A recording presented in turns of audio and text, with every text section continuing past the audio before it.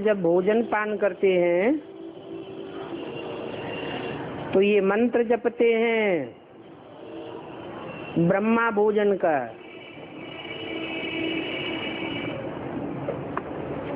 और सन्यासी लोग तो ब्रह्मा को याद करते ही होंगे।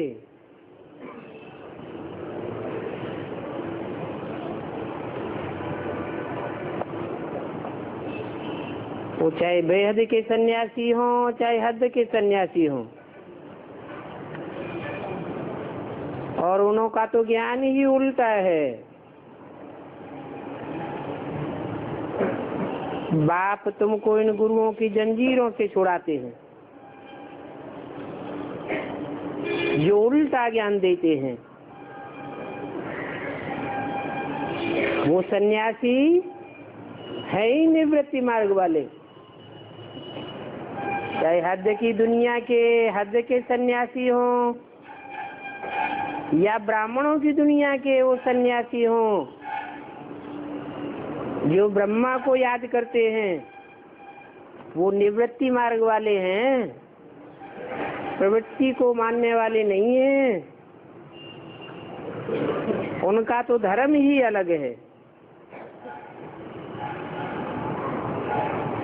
इसलिए कहेंगे कि वो हद के सन्यासी हैं। कहते हैं कि हमने घर बार छोड़ा है, मिल्कियत छोड़ी है, सब कुछ छोड़ा है, फिर भी देखो अंदर शहरों में घुस पड़े हैं और बड़े बड़े महल माड़ियां अटारियां मठपंथ आदि बनाते रहते हैं। अभी तुम्हारा तो है बेहद का सन्यास। इस बेहद के सन्यास में तुम इस सारी पुरानी दुनिया को भूल जाते हो, क्योंकि तुमको फिर जाना है नई दुनिया में। गृहस्थ में रहते हुए बुद्धि में ये है कि अभी हमको जाना है सुखधाम व शांति धाम। इस दुखधाम की दुनिया को बुद्धि से छोड़ देते हो। जानते हो कि शांति धाम को भी याद करना पड़े। बाप को याद करते हो, सुखधाम को याद करते हो, शांति धाम को याद करते हो। ये हमारा बहुत जन्मों के अंत का जन्म है। जानते हो कि 84 जन्म पूरे किए। इन 84 जन्मों के बारे में बाप बैठ समझाते हैं कि तुमने सूर्यवंशी में इतने जन्म लिए, चंद्रवंशी में इतने लिए। वो लोग कह देते हैं आत्मा सो परमात्मा। अब आत्माएं अनेक जन्म लेती है या परमात्मा अनेक जन्म लेता है? फिर कह देते हैं परमात्मा सो आत्मा। बताते हैं कि आत्मा को कोई लेप छेप नहीं लगता, क्योंकि आत्मा ही परमात्मा है। अब यदि आत्मा को कोई लेप छेप नहीं लगता तो क्या शरीर को लेप छेप लगता है? शरीर तो जड़ है, 5 तत्वों का पुतला है, उसको लेप छेप कैसे लगेगा, प्रभाव कैसे पड़ेगा? आत्मा संग के रंग में आती है। संग के रंग में आती है तो रंग जाती है। 5 तत्व तो जड़ हैं, उन पर क्या असर पड़ेगा? तो बाप कहते हैं ये उन्हों का उल्टा अर्थ है। बाबा अभी हम बच्चों को बैठकर समझाते हैं कि सो अहम का अर्थ क्या है। वो तो कह देते हैं आत्मा सो परमात्मा। वास्तव में सो अहम का अर्थ है कि जो देवताएं हम थे सो हम आत्मा भी मनुष्य बन पड़े हैं और मनुष्य से भी नीचे गिर करके असुर बन पड़े हैं। हम आत्मा परमपिता की संतान हैं। पहले पहले हम स्वर्ग में आते हैं। हम माने जो आत्मिक स्थिति में स्थित होने वाले बच्चे हैं, जो पहले पहले आत्मिक स्थिति की प्रैक्टिस कर लेते हैं, वो पहले पहले स्वर्ग में आते हैं। आत्मिक स्थिति की प्रैक्टिस करने में जो पीछे रह जाते हैं वो बाद के घटिया स्वर्ग में आते हैं। स्वर्ग में भी 16 कला संपूर्ण और 8 कलाएं संपूर्ण भी होते हैं। तो ऊंच से ऊंच स्टेज को तुम धारण करते हो। तुम माने क्या? वो आत्माएं धारण नहीं करती। ये ब्रह्मा जैसी आत्माएं ऊंच से ऊंच स्टेज को धारण नहीं करती।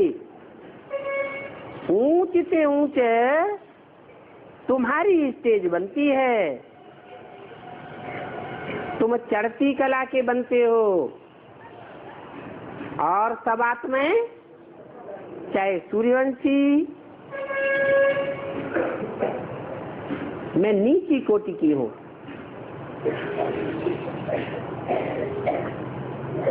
चाहे चंद्रवंशी हो, इस्लाम वंशी हो, बौद्धी वंशी हो, कोई भी वंशी हो, कन्वर्ट होने वाले हो ना कन्वर्ट होने वाले हो, जीवन मुक्ति तो एक जन्म की सबको मिलती है,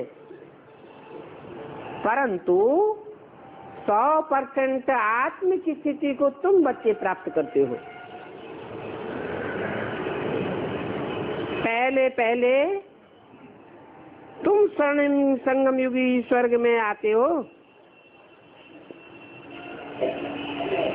जानते हो कि हम ही पहले पहले स्वर्गवासी देवी देवताएं थे, फिर बाद में नीचे उतरते आए हैं। संग के रंग में आते हैं तो नीचे उतरते हैं। तो हम सो चंद्रवंशी, हम सो वैश्यवंशी, हम सो शूद्रवंशी बने। जब 2500 वर्ष पूरा होता है तब हम वैश्यवंशी विकारी, शूद्रवंशी विकारी बन पड़ते हैं।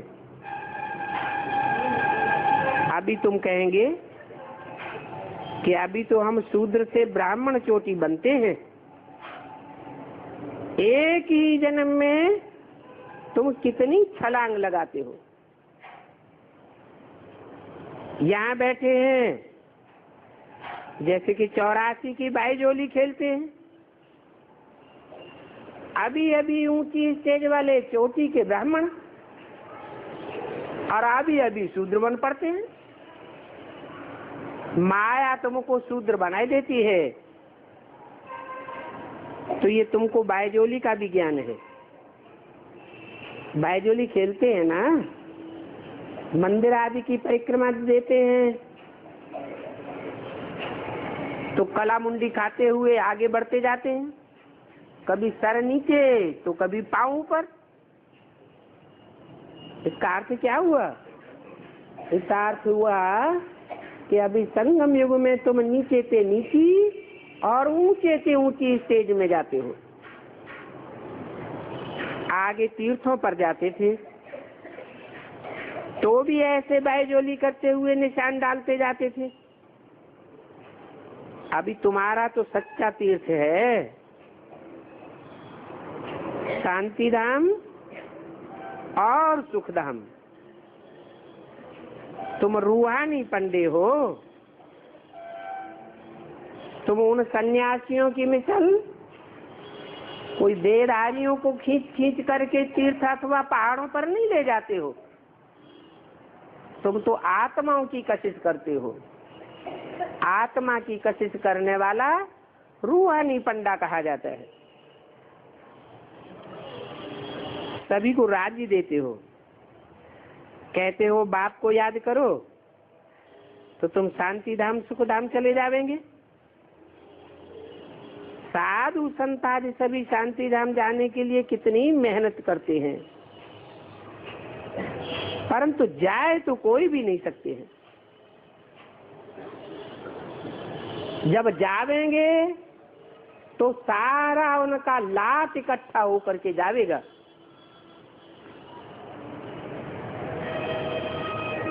बाप ने समझाया है, सतयुग में तो तुम बहुत थोड़ी देवी देवताएं होते हो, फिर बाद में वृद्धि होती जाएगी।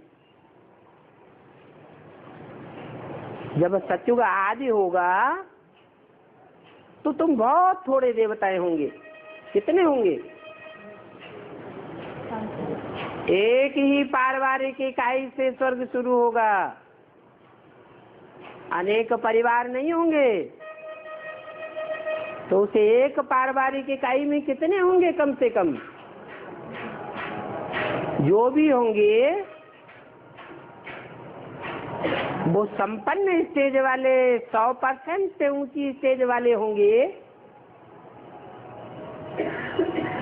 या नीची स्टेज वाले होंगे? ऊंचे से ऊंची स्टेज वाले होंगे। बाप आते हैं तो ऐसी आत्माओं के द्वारा स्वर्ग स्थापन करते हैं, कराते हैं जो आत्माएं तीव्र पुरुषार्थी हों। ऐसी तीव्र पुरुषार्थी हों जो अंश मात्र भी धर्मराज की सजाएं नहीं खाती हैं। तो पहली पारिवारिक इकाई जिससे स्वर्ग की स्थापना की शुरुआत होती है, उसमें कितनी आत्माएं होंगी? 8 होंगे। इसलिए बोला कि बहुत थोड़े होते हैं, फिर बाद में वृद्धि होती जाएगी। तो बाप कहते हैं कि तुम बच्चे स्वदर्शन चक्रधारी हो, जो पूरे 84 जन्म लेते हो। वास्तव में देवताएं स्वदर्शन चक्रधारी नहीं है। क्यों? क्योंकि वो तो 84 जन्मों को जानते ही नहीं है। तुमको अभी 84 जन्मों की उतरती कला और चढ़ती कला का ज्ञान है, परंतु इस समय तुम्हारी माया के साथ युद्ध चल रही है। वो दुनियावी लड़ाई होती है, युद्ध होते हैं। उस लड़ाई में भी जिसको जोरदार समझते हैं तो उन जोरदार राजाओं के पास जाकर के शरण लेते हैं। अभी तुम किसकी शरण लेते हो? हैं? तुम माया से युद्ध करने के लिए किसकी शरण लेते हो? हैं? शिव की शरण लेते हो?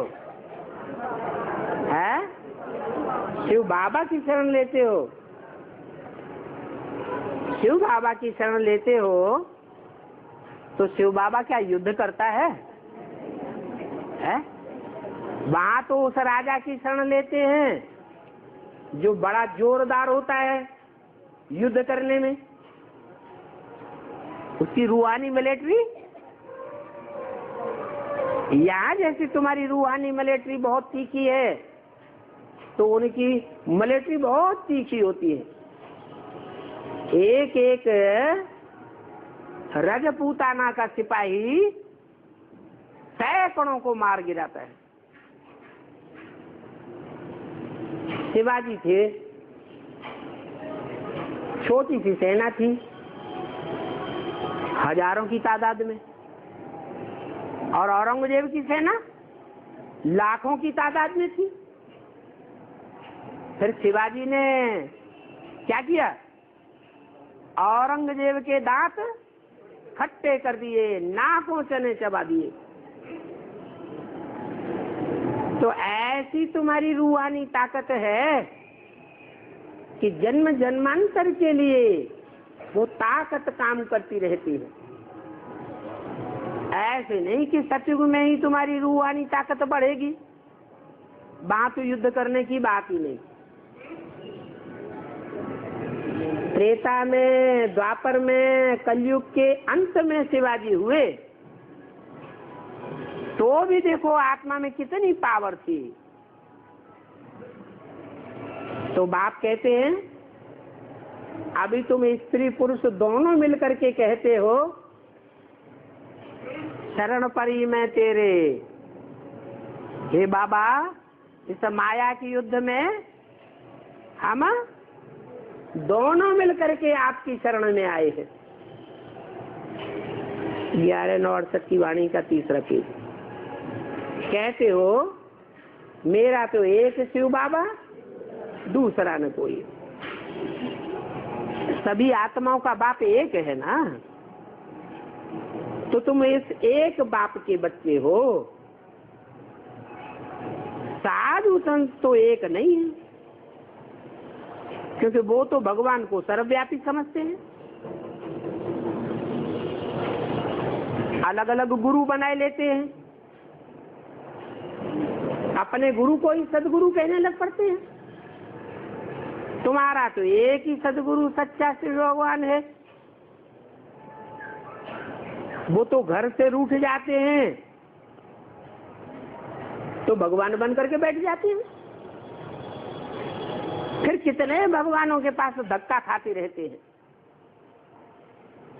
कोई कोई तो मुसलमान को भी जाकर के गुरु कर लेते हैं। अब वो क्या सिखला देंगे? हैं? वो यही सिखला देंगे। क्या बोलते हैं रोज? अल्लाहू अकबर हूं, यही बोलेंगे ना।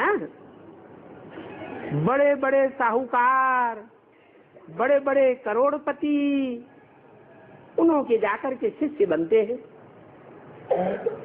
ये कौन सी दुनिया की बात बताई है?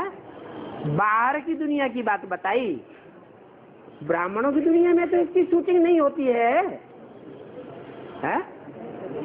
होती है या नहीं होती है? कैसे?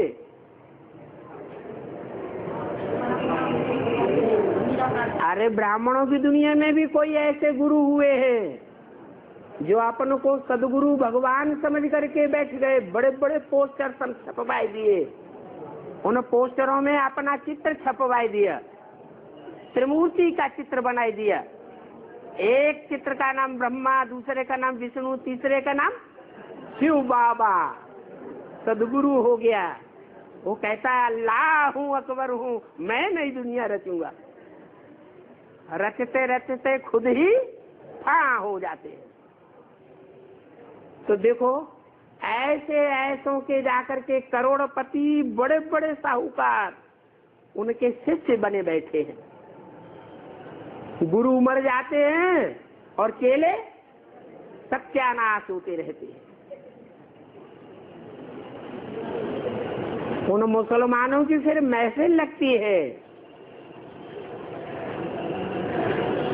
गंदे गंदे खान पान खाते रहते हैं। तमो प्रधान मनुष्य है ना। हर हफ्ते जाकर के वहां मस्जिद में बांग भरेंगे। बांग कौन सा प्राणी है जो बांग भरता है? मुर्गा। क्या करता है वो? करता क्या है? कुछ करता है कि नहीं मुर्गा?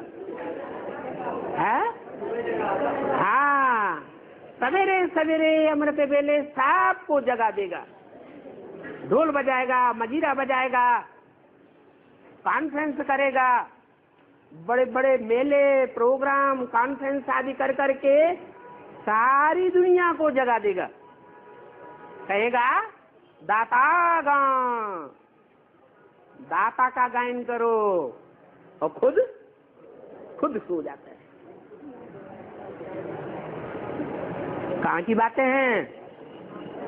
बेसिक वालों की बातें हैं, एडवांस वालों की बातें हैं। ये सब बेसिक ब्राह्मणों ने ये शूटिंग की है। इनको धर्म की ग्लानि कहेंगे कि दूसरों को जगाना और खुद सो जाना। कितनी मूर्खता है। अब इन हिंदुओं को तो अपने धर्म का पता ही नहीं है। ये सब हिंदू हैं जो कभी अधूरे देवता बने थे। अधूरे देवता बनकर के जब द्वापर आया तो दूसरे धर्मों में कन्वर्ट हो गए। इनको अपने धर्म का पता ही नहीं रहता है। अभी समझते हैं कि हम वास्तव में हिंदू हैं। हिंद माने हिंसा, दू माने दूर करने वाले। हम काम विकार की हिंसा को दूर करने वाले हैं, बकाबक सफेद कपड़े पहन करके। और बाकी जो घर गृहस्थ में रहने वाले भले एडवांस के ही क्यों न हो, वो सब हिंसा को बढ़ाने वाले। सच्चे हिंदू हम हैं। अब उनको हिंदुओं को अपने धर्म का ही पता नहीं है, धर्म पिता का ही पता नहीं है कि उनका हिंदू धर्म किसने स्थापन किया। बात समझाते हैं। वास्तव में तुम आदि सनातन देवी देवता धर्म के हो, परंतु पतित बन गए हो। माया ने तुमको पतित बना दिया है, इसलिए तुम अपन को देवी देवता कह नहीं सकते हो। वो धर्म प्रायः लोप हो गया है। ऐसे नहीं कि पूरा लोप हो गया है। प्रायः लोप हो गया माने अभी भी कहीं न कहीं भारतवर्ष में ऐसे परिवार हैं, 60-70 लोगों के परिवार हैं, जिन परिवारों का एक मुखिया होता है राजा की तरह। उसकी बात को परिवार का कोई सदस्य काट नहीं सकता। एक चूल्हे पर रोटी बनती है, ढेर की ढेर जिठानियां और देवरानियां हैं, सब आपस में मिलकर के बड़े प्यार से रहती हैं। उनके परिवार में कोई भी प्रकार का प्रदूषण देखने को नहीं मिलेगा, क्योंकि जहाँ प्योरिटी होती है वहाँ पीस और प्रॉस्पेरिटी होती है। वो धर्म अब प्रायः लोप है। हाँ, आदि सनातन देवी देवता धर्म के बदली आदि सनातन हिंदू कह देते हैं। आत्मा जानती है कि हम पतित हैं। नाम तो बहुत बड़े बड़े रख दिए हैं, श्री 108, श्री 1008, मन डबल श्रेष्ठ हैं, ऐसे अपन को समझते हैं। अब श्री का टाइटल तो वास्तव में एक शिव बाबा का है, दूसरा कोई का नहीं हो सकता। कैसे? श्री कौन? श्री हैं देवताएं। देवता उनको कहा जाता है जो 16 कला संपूर्ण होते हैं। उन 16 कला संपूर्ण सतयुग के देवताओं को, चाहे राधा हो चाहे कृष्ण हो, उनको बनाने वाला कौन? और वो बनाने वाला भी साकार में होगा या निराकार बिंदी होगा? साकार होगा। साकार होगा तो उनसे भी श्रेष्ठ हुआ। किनसे? जो 16 कला संपूर्ण सतयुग के देवताएं होते हैं, उनको भी जन्म देने वाला उनका बाप हुआ। उनको कहेंगे श्री स्वामी 1008 अथवा 108 आसक्त चित्त आनंद, उनके टाइटल को ये देहधारी धर्मगुरु लेकर के बैठे हैं।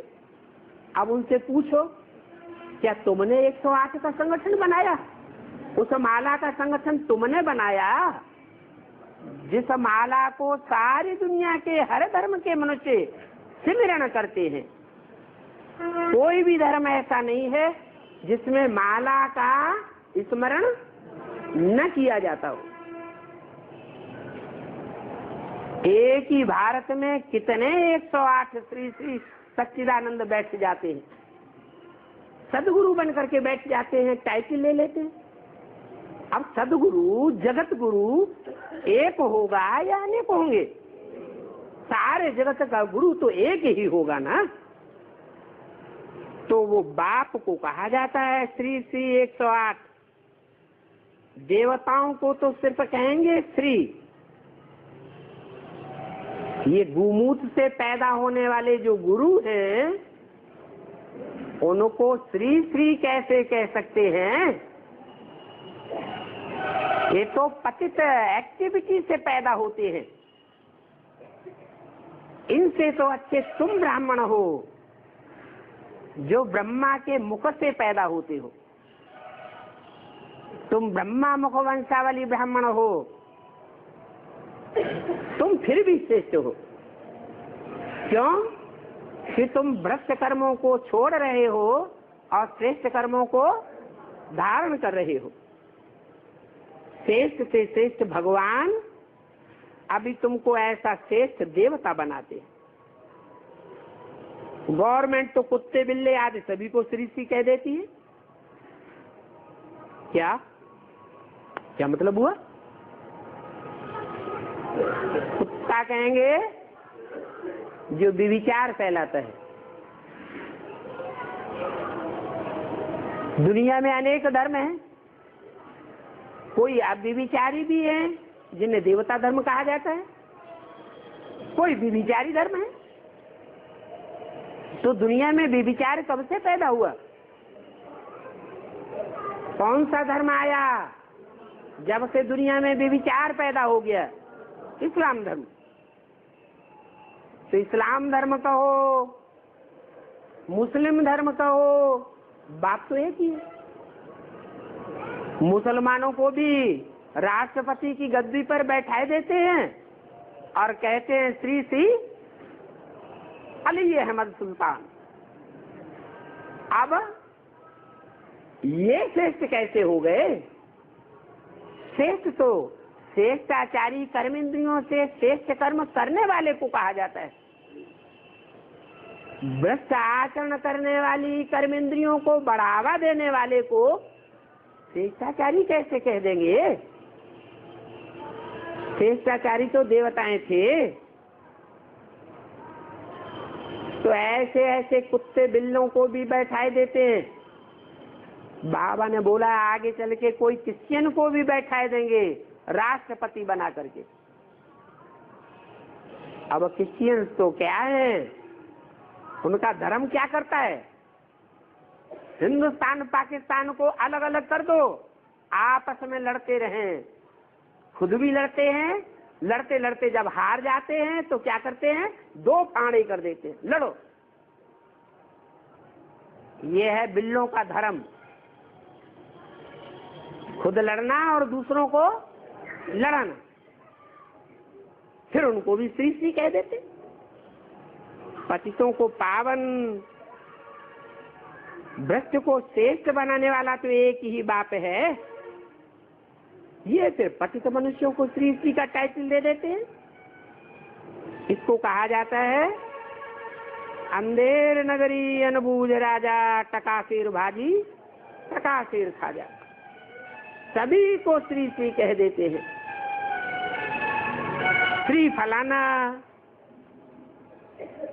श्री ढिकाना, कितने टाइटल रख देते हैं। कितने भिखारी, क्रिमिनल आई वाले। एक मिनिस्टर बाबा के पास आया था,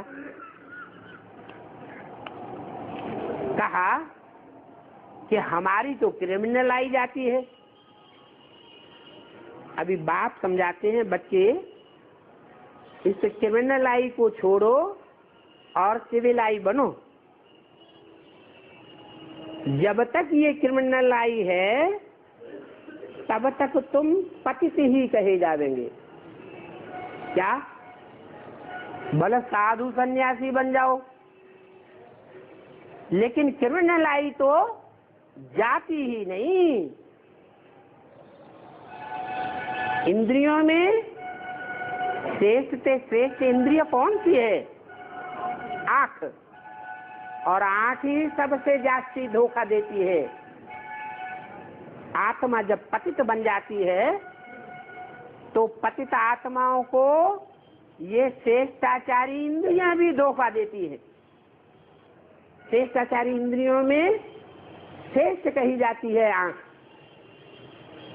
ये आंख जब तक सिविल नहीं बनी है तब तक श्रेष्ठाचारी बन ही नहीं सकते। तो आंख को कैसे श्रेष्ठाचारी बनाए? बताया कि 11वीं इंद्रिय है मन। 10 इंद्रियों से या 10 इंद्रियों में से कोई भी इंद्रिय से कर्म करेंगे, जब तक उसमें मन काम नहीं करेगा तो इंद्रिय अपना सुख नहीं ले सकती। कोई भी इंद्रिय के सुख और दुख में मन का पहला हिस्सा होता है। तो बाप कहते हैं तुम अपने मन को ही कंट्रोल करो। और मन क्या है? उस शास्त्रों में भी बताया, बाप ने भी बताया। शास्त्रों में लिखा है मन रेव आत्मा, मन ही आत्मा है। बाप भी कहते हैं मन और बुद्धि ही आत्मा है। इसमें अनेक जन्मों के संस्कार भरे हुए हैं। इस मन बुद्धि रूपी आत्मा को पहचानो। क्या है? शास्त्रों में भी लिखा है अणुअणियान समनुस्मरेत्य है। आत्मा अणुरूप है। आत्मा ज्योति स्वरूप है, जिसकी ज्योति इन आंखों से निकलती है। इस शरीर में से आत्मा निकल जाती है तो आंखों में ज्योति रह जाती है? नहीं रह जाती, आंखें बटन हो जाती है। इसका मतलब आत्मा अणुरूप है, अति सूक्ष्म है, और आत्मा ज्योति रूप है। ज्योति का पुंज है। वो ज्योति, वो अणु, वो सितारा हमको याद करना है, प्रैक्टिस करनी है। खास करके सवेरे सवेरे। क्या? सवेरे जितना फाउंडेशन पक्का कर देंगे तो सारा दिन ऑटोमेटिक याद आती रहेगी। जैसे फसल बोने का टाइम होता है, वो टाइम निकल जाए तो फसल फलीभूत नहीं होती है। ऐसे ही कोई फसल का टाइम है और पहले पहले जिसने फसल बो दी वो ज्यादा फायदे में रहता है, और जिसने देर कर दी वो उतना फायदे में नहीं रहता। ऐसे ही ये अमृत वेला जो है वो मन को एकाग्र करने का फाउंडेशन वेला है। सवेरे सवेरे उठ करके और सब बातें भूल जानी चाहिए। आंख खुली और मैं आत्मा स्टार ज्योति बिंदु भ्रकुटी के मध्य में ये स्टार चमकता है, याद करो। नहीं याद आता है, एक दूसरे के मस्तक में वो सफेद स्टार लगा दो। क्या? आज के पुरुषों ने तो परंपरा बना दी है कि कन्या माताओं की बिंदी लगा देंगे लाल, तो उनका चेहरा भी याद आता रहे। अपन को टीका लगाना भूल गए। संत महात्माओं ने पुराने समय में ये परंपरा बनाई थी कि एक दूसरे को देखें तो बिंदी और टीका याद आए कि आत्मा टिकी हुई है। कहाँ? मस्तक में। तो पुरुषों ने तो पहले ही लुटिया डुबो दी, टीका लगाना खुद भी भूल गए और दूसरों को भी टीका ही का याद दिलाने की बात भूल गए। माताएं जो हैं वो परंपरावादी होती हैं, वो फिर भी लगाती हैं, लेकिन वो भी ये बात भूल गई कि ये बिंदिया कोई शोभा दिखाने की चीज नहीं है, कोई अपनी सुंदरता को दिखाने की चीज नहीं है। क्या काहे के लिए है? कि जो कोई देखे तो हमको आत्मिक रूप में देखे। आत्मिक स्वरूप में देखने के लिए ये परंपरा बनाई गई, परंतु कोई लाल बिंदिया की परंपरा नहीं।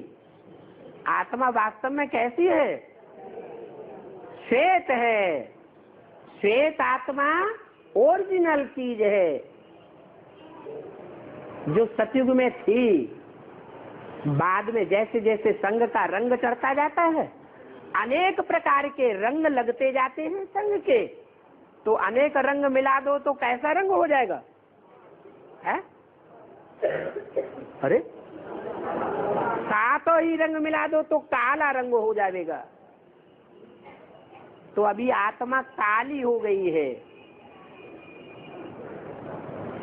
तो बाप ने भी मुरली में बोला है क्या कि सफेद स्टार छोटा सा मस्तक में लगा दो, अच्छी तरह चिपक जाए, अच्छे से याद आएगा। जब कभी भी देखेंगे तो क्या याद आवेगा? स्टार याद आवेगा। वो स्टार अमृत वेले याद करना। लेकिन अभी तो बाप आया हुआ है? कौन आया हुआ है? बाप याद आया। तो बाप जब याद आएगा तो कौन सा चेहरा याद आना चाहिए? बाप मुकर्रर रथ भी लेता है और बाप टेम्परेरी रथ भी लेता है। टेम्परेरी रथ अनेक हैं। क्या? रुद्रमाला के 108 मणके हैं, उनमें एक मणका है एक मुख वाला, वो है मुकर्रर रथ, और बाकी मणके हैं अनेक मुख वाले, कोई 2, कोई 4, कोई 14। तो जो अनेक मुख वाले मणके हैं वो टेम्परेरी रथ हैं शिव बाबा के, या मुकर्रर रथ? टेम्परेरी रथ। तो टेम्परेरी रथ याद नहीं आना चाहिए। क्या? अगर अमृत वेले कोई टेम्परेरी रथ याद आ गया, भले ब्रह्मा का ही क्यों न हो, उसके लिए भी मुरली में क्या बोला? इस ब्रह्मा का भी चेहरा चित्र नहीं रखना है, फोटो नहीं रखना है।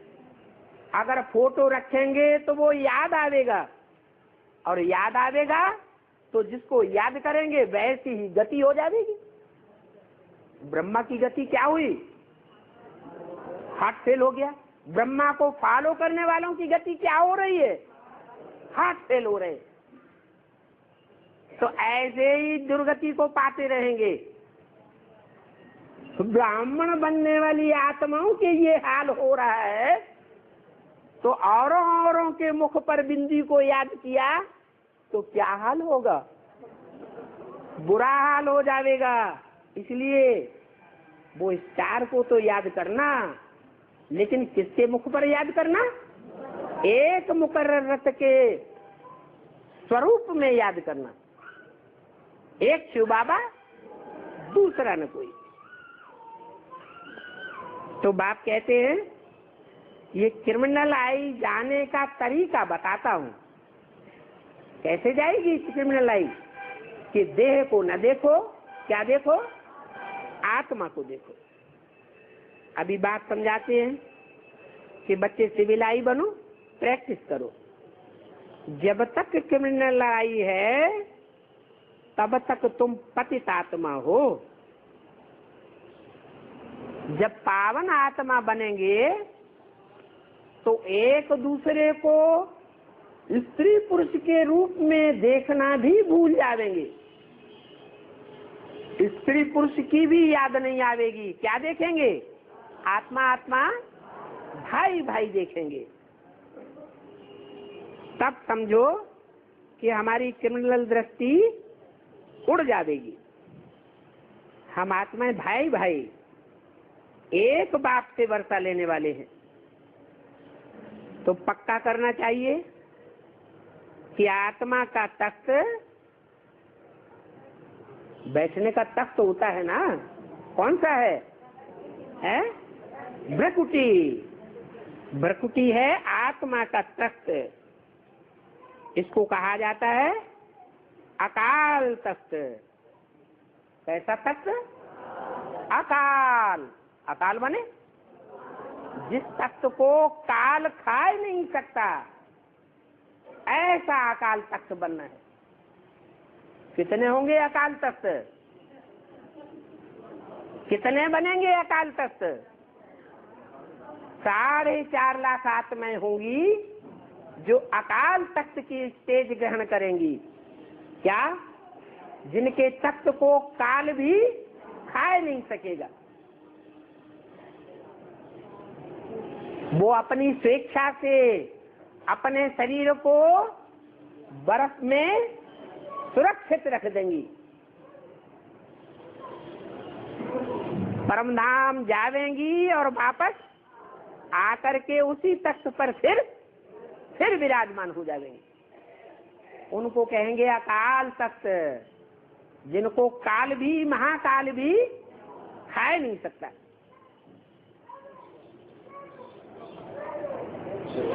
तो अकाल आत्मा इस तख्त पर विराजमान है। बाकी तो ये शरीर मिट्टी का पुतला है। क्या? काय का पुतला है? मिट्टी का पुतला है। सारा पार्ट आत्मा में भरा हुआ है।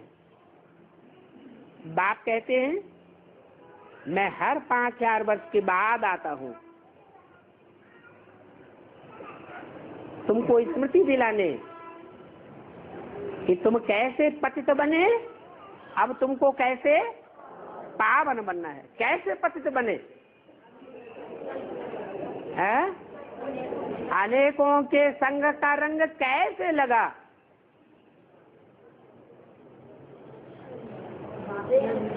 अरे इन इंद्रियों से अनेकों का संग किया, उनमें ये आंखें भी शामिल हैं। अनेकों का संग का रंग लेते लेते उनकी याद आती रही। जब अनेकों की याद आएगी तो व्यभिचारी याद होगी। आप व्यभिचारी याद होगी। व्यभिचारी याद करते करते, व्यभिचारी कर्म करते करते हम आत्माएं सब क्या बन गई? पतित बन गई। अब क्या करें? अब उल्टा कर दे। अनेकों का संग छोड़ और संग तोड़, एक संग जोड़। एक शिव बाबा को याद करना है, देखना है तो एक शिव बाबा को देखना है। साथ लेना है तो एक शिव बाबा का साथ ले। बात करना है तो एक शिव बाबा से बात करनी है। औरों से अगर अंदर अंदर बात करते रहे, जिससे प्यार होता है ना, उसे रज रज के बातें करेंगे। इकट्ठे होके खूब नाक में नाक भिड़ा के बातें करते रहेंगे तो उसका रिजल्ट क्या होगा? संग का रंग लगेगा कि नहीं लगेगा? लगेगा। बाप कहते हैं अमृत बेले उठो, पहले आत्मिक स्थिति धारण करो, धारण करने के बाद बाप से खूब बातें करो। तो किसका संग का रंग लगेगा? एक बाप, दूसरा न कोई। तुम जानते हो हम आए हैं हेल्थ और वेल्थ, हैप्पीनेस का वर्षा लेने के लिए। क्या हमारी ऐसी हेल्थ बने जो आधा कल्प तक हमको डॉक्टर का नाम भी न लेना पड़े, कोई दवाई की जरूरत न पड़े, कोई हॉस्पिटल के चक्कर न काटने पाए। क्यों? क्योंकि अभी इस संगम युग में हमको बड़े से बड़ा डॉक्टर मिला हुआ है, बड़े से बड़ा हॉस्पिटल मिला हुआ है, और बड़े से बड़ी उसने दवाई भी हमको दे दी। क्या दवाई दी? अपन को आत्मा समझ, एक बाप को याद करो तो तुम बहुत हेल्दी बन जावेंगे और बहुत वेल्दी बन जावेंगे। वेल्थ धन संपत्ति को कहा जाता है। भगवान बाप आते हैं, बेहद का बाप है तो बेहद का वर्षा देता होगा। हद का बाप होता है तो हद का वर्षा देगा। गरीब होगा 10, 20, 50, 100, 50, 100, 200, 400, 1000, 2000, 10,000, 1 लाख दे देगा। साहूकार बाप होगा करोड़, 2 करोड़, अरब दे देगा। वो विनाशी है या अविनाशी है? विनाशी धन संपत्ति है। और बाप आकर क्या देते हैं? अविनाशी ज्ञान रतन देते हैं। परम धाम से नोट नहीं लाते हैं, सोना चांदी हीरे जवाहरात नहीं लाते हैं। क्या लाते हैं? ज्ञान रतन लाते हैं। और ये भी कहते हैं कि जो यहाँ जितने ज्ञान रतन धारण करेगा और दूसरों को बांटेगा, वही ज्ञान रतन यहाँ के धारण किए हुए जन्म जन्मांतर के लिए कैसे हो जावेंगी? परमानेंट स्थूल रतन बन जावेंगे। क्या? ये ज्ञान रतन जितना यहाँ जो धारण करेगा, मान लो राम वाली आत्मा की तरह बहुत बुद्ध रूपी तर्कस में ज्ञान रतन, ज्ञान के बाण भरे हुए होंगे, तो जन्म जन्मांतर क्या बनेगा? बहुत बड़े से बड़ा साहूकार बनता रहेगा। कभी भी धन संपत्ति की कमी नहीं होगी। इतना प्रभाव है ज्ञान रत्नों का। तो ये वेल्थ का वर्षा, बेहद का वर्षा बाप से मिलता है। और जिसके पास हेल्थ होगी, जिसके पास हेल्दी शरीर होगा तो हेल्दी कर्मेंद्रियां होंगी, तो कर्मेंद्रियों से ही भोग भोगे जाते हैं। तो जब भोग भोगेंगे हेल्दी कर्मेंद्रियों से तो हैप्पीनेस बढ़ेगी या घटेगी? है? बढ़ेगी। अगर हैप्पीनेस कायम रखनी है जन्म जन्मांतर के लिए, इंद्रियों को पावरफुल बना के रखना है, तो बाप ये तरीका बताते हैं कि हेल्दी और वेल्दी बनो। अगर हेल्दी और वेल्दी बनेंगे तो जन्म जन्मांतर के लिए हैप्पीनेस मिलती रहेगी। तुम जितने भाग्यशाली बनोगे उतना भाग्यशाली और कोई धर्म वाला नहीं बनता है। तो बोला सत्युग में तुमको तो अथाह सुख मिलता है, अथाह धन मिलता है। वहां तुम 21 पीढ़ी सदा सुखी रहते हो। ये सदा सुख का वर्षा तुम यहाँ की धारणा के आधार पर लेते हो। बुढ़ापे बिगड़ वहां कोई मरेगा ही नहीं। ऐसे नहीं पेट में कोई बच्चा मर जाए, बचपने में मर जाए, जवानी की अवस्था में मर जाए, नहीं। जब पूरी आयु होगी, सत्युग में पूरी आयु कितनी होती है? 150 साल के लगभग आयु होगी, तब ही शरीर छोड़ेंगे। यहाँ तो देखो बैठे बैठे अचानक मर पड़ते हैं, कोई गर्भ के अंदर ही मर जाते हैं। वहां तो दुख का नाम निशान नहीं होता है। उसको कहा जाता है सुख का धाम, सुख धाम। उसको कहा जाता है राम राज्य। अभी है रावण राज्य, ये है दुख धाम, और वो है सुख धाम, ये है रावण राज्य। सत्युग में रावण होता ही नहीं है, होता है? वहां तो 10 सिरों का राज्य नहीं होता है। राजा एक होता है कि वहां राज्य करने वाले अनेक होते हैं। एक राजा होता। आज जितने मिनिस्टर बन गए उतने सब राजा बन गए। हर मिनिस्टर बैठ करके नए नए कानून बनाता रहता है। आज कानून बनावेंगे, कल दूसरा मिनिस्टर आवेगा, कानून बिगाड़ देगा। तो बाप तुम्हारी बुद्धि में 84 के चक्र का ज्ञान डालते हैं, उससे तुमको बहुत खुशी होती है। तुम जानते हो हम नई दुनिया अर्थात विश्व के मालिक बनते हैं। गीता में भी भगवान वाच है, हे बच्चों देह सहित देह के सभी संबंधों को छोड़ दो। क्या क्या करो? अपनी देह को भी बुद्धि से छोड़ दो। बुद्धि में अपनी देह भी याद ना आए। अरे याद कैसे नहीं आए? दर्द होगा तो याद आएगा कि नहीं आएगा? है? नहीं याद आएगा। जब आत्मिक स्थिति बन जाएगी तो शरीर का दर्द भी बहुत हल्का हो जाएगा। जिनको प्रैक्टिस है वो ये अनुभव भी करते होंगे। क्या? जब आत्मिक स्थिति लास्ट में बनेगी तो बीमारियां बढ़ेंगी या घटेंगी? दुनिया में एटम बम फटेंगे, प्रदूषण बढ़ेगा, तो बीमारियां घटेंगी बढ़ेंगी? बढ़ेंगी। बाप तो कहते हैं शरीर सड़ते जाएंगे और आत्मा पावरफुल होती जाएगी। तो स्थिति कैसी होनी चाहिए? आत्मिक स्थिति इतनी गहरी होनी चाहिए कि जो देह में लगाओ बुद्धि का याद ही ना आवे।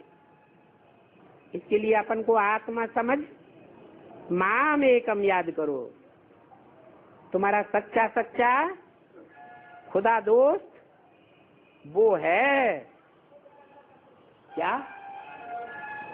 तुम्हारा सच्चा सच्चा खुदा दोस्त वो है। किसके तन में बोला? ब्रह्मा के तन में बोला। अरे ब्रह्मा के तन में बैठा हुआ था तो वो है क्यों? ये है बोलना चाहिए। ये है तुम्हारा सच्चा सच्चा खुदा दोस्त। ऐसे क्यों नहीं कहा है? क्योंकि ब्रह्मा के रूप में खुदा दोस्त बन करके नहीं आता है। किस रूप में आता है?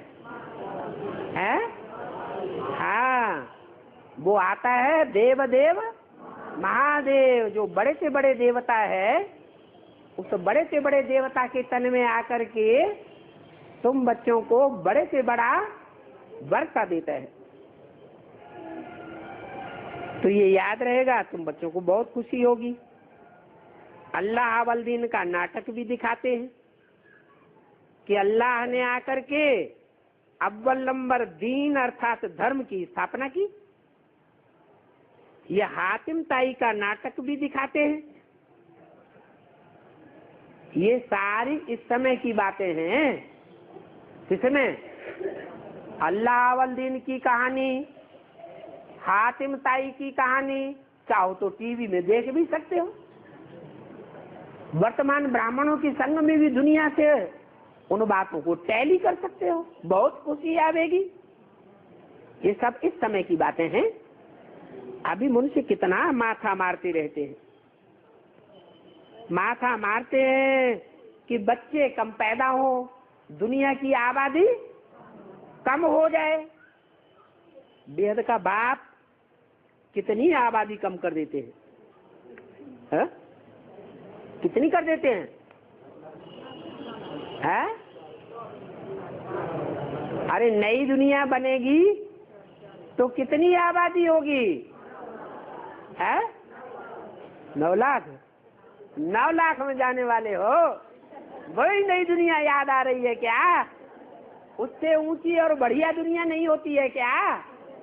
है? होती है। कौन सी होती है? हाँ, आप मुए मर गई दुनिया। आज से ही ये देह और देह के जो भी संबंधी हैं उनसे अगर बुद्धियों को टूट जाए, नष्टो मोहा स्मृति लब्धा बन जाएं तो समझ लो कि दुनिया मर गई, और दुनिया मर गई तो हमारा नंबर 8 में आ जाएगा।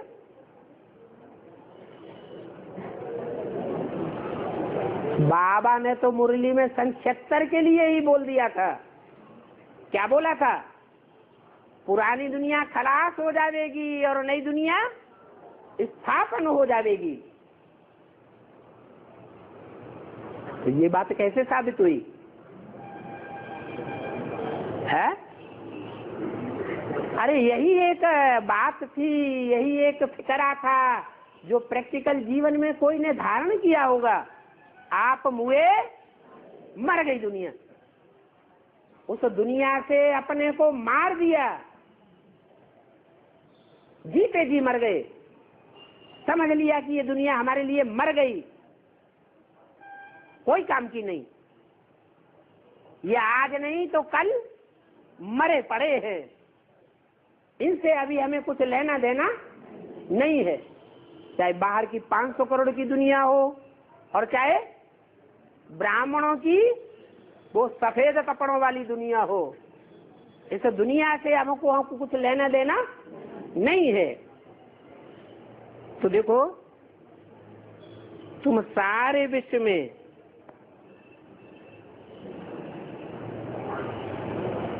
तुम बच्चे सारे विश्व में कितने रोशन हो जाते हो। ज्यादा से ज्यादा जो नई दुनिया बनेगी 16 कला संपूर्ण, उसकी ज्यादा से ज्यादा आबादी कितनी होगी?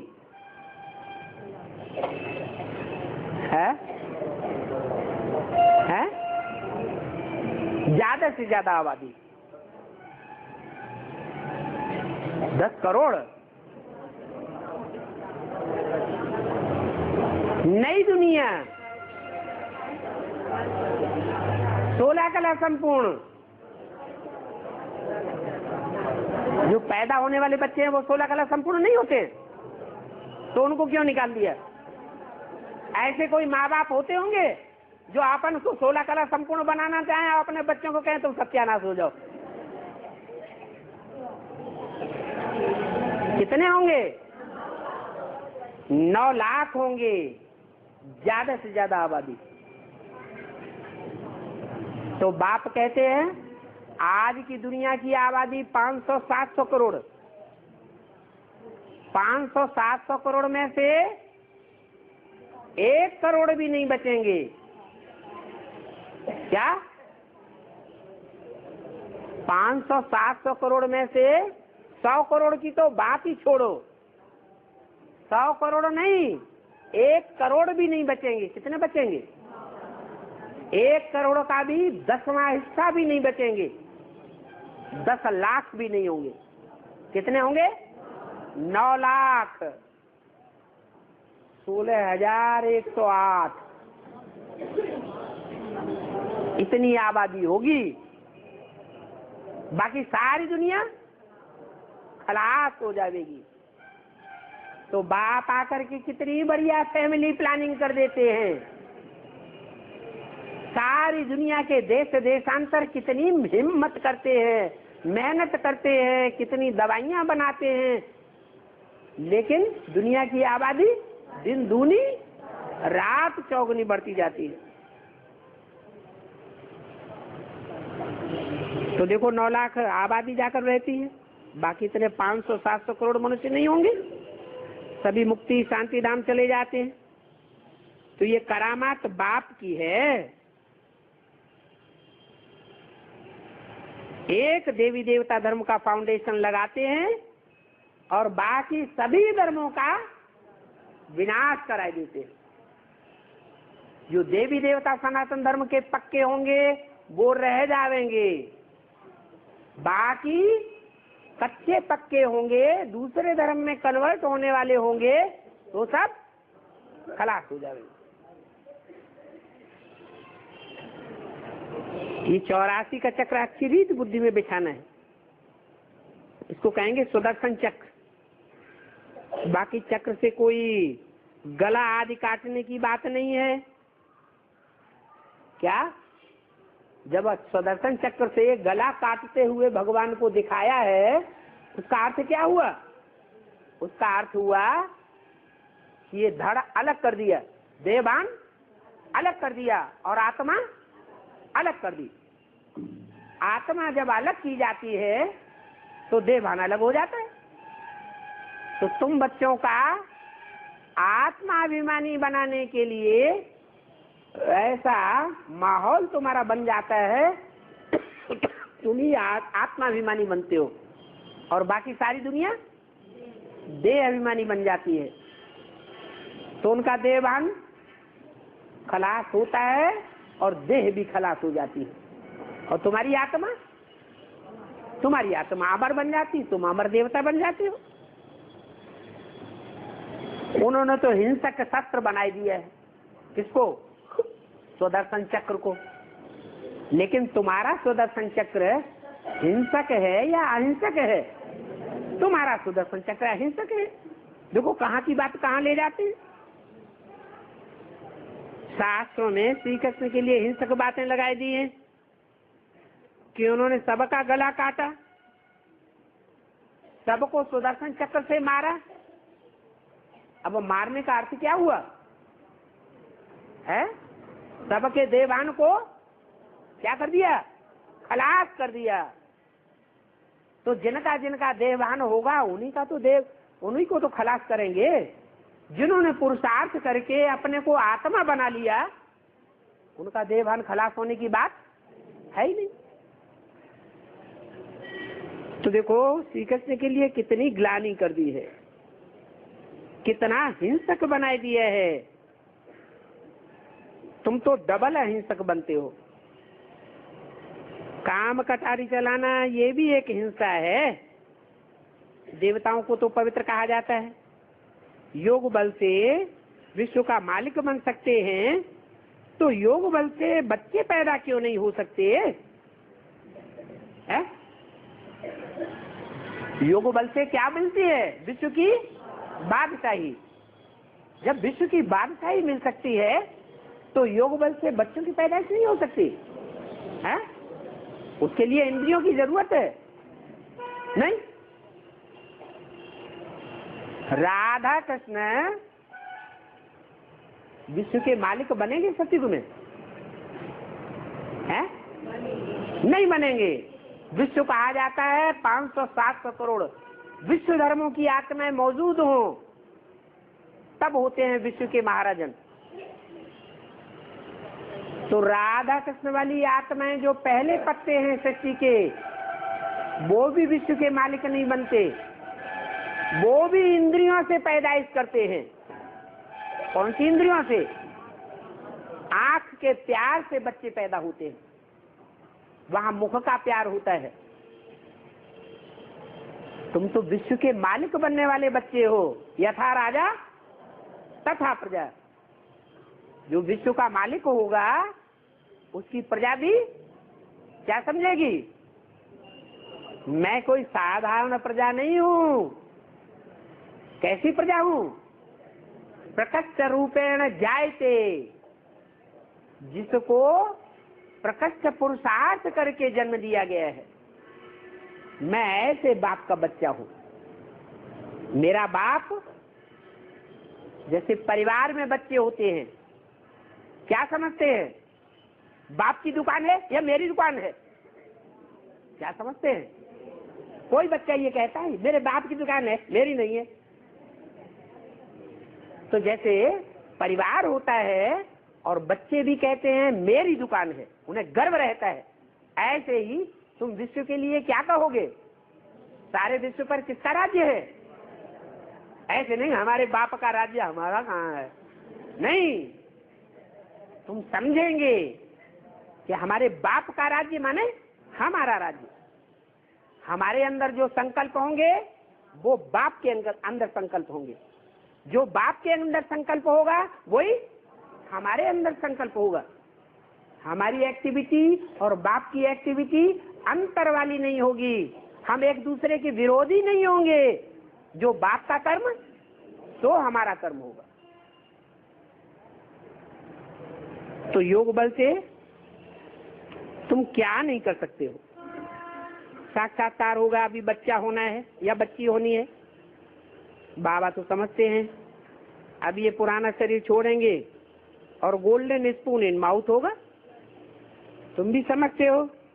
हम अमरलोक में जन्म लेंगे, गोल्डन स्पून इन माउथ होगा, प्रजा के पास थोड़े ही इतना धनमाल रहता है, बाकी हाँ वहां सुख होगा, आयु बड़ी होगी, राजा रानी साहूकार प्रजा गरीब आदि सब सुखी रहेंगे, दुख की कोई बात नहीं होगी। अच्छा, मीठे मीठे सिकिल दे रूहानी बच्चों को रूहानी बाप दादा का याद प्यार गुड मॉर्निंग।